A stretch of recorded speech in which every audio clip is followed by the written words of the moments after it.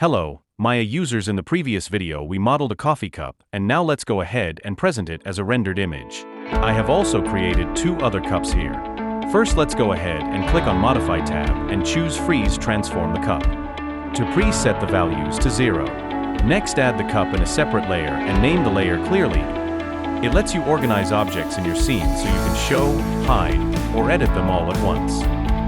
Add a plane polygon to create a base for the cups in order to see the shadows when the lights are added. Now add a light to the scene. Try placing the light in different angles and position in order to have an idea on how you want your scene to look.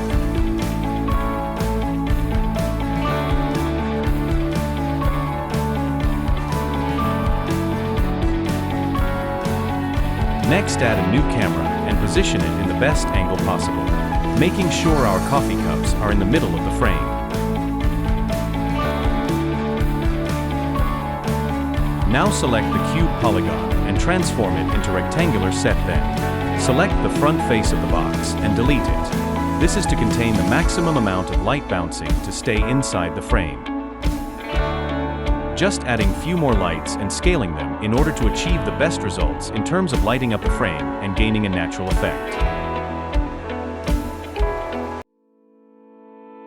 Select a viewport and click on Panel and choose Camera to view the camera perspective. Then click on Show tab and hide the lights from the frame.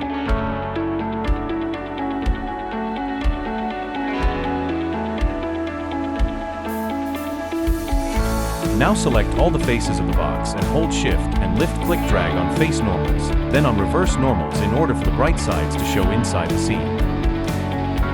It doesn't make any huge difference by doing this step. I am only doing it because I think it makes it look presentable. In the viewport panel menus, turn on lighting, use all lights, and ensure that lighting shadows is also on. Start adjusting the intensity of the lights. Using shadows and lights helps tell a story or convey the mood and atmosphere. Toggle with the settings and see if you are able to gain the result you want. You can also try toggling the temperature settings to give a bit of warmth in the frame. The main light should be positioned correctly, with its shadows outlining the structure and shape of the scene.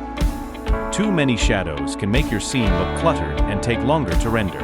To reduce rendering time, you can limit shadows to specific lights and surfaces. The lighting method I have used is called the three-point lighting. Three-point lighting is a standard technique for setting up lighting in visual media like film, photography, and computer animation.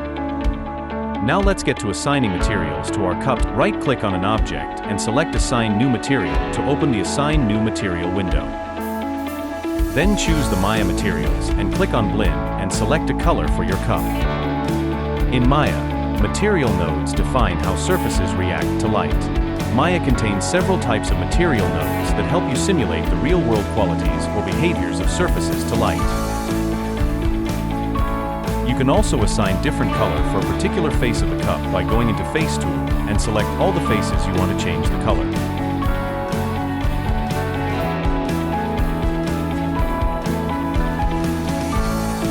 Now choose the color you want to give to those areas of the cup. Repeat the same steps with the other cups as well.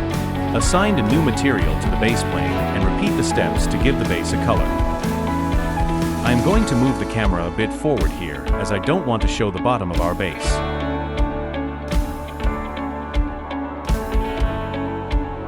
Go to Camera View and check if you are happy with the frame.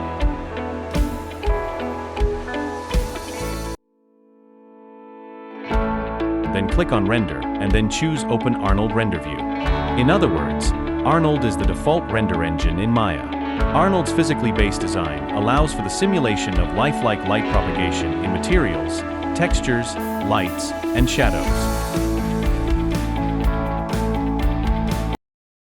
A few moments later.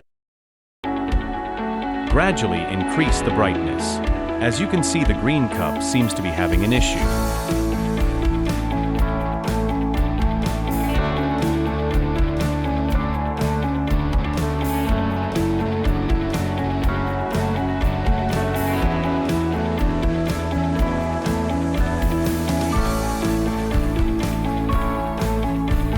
Now open the Arnold Render View and click on this play symbol to refresh the render.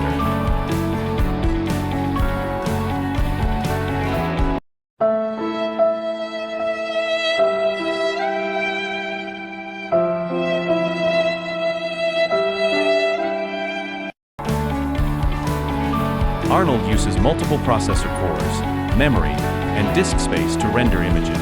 As it was taking too much time to render the image, I switched to the default render.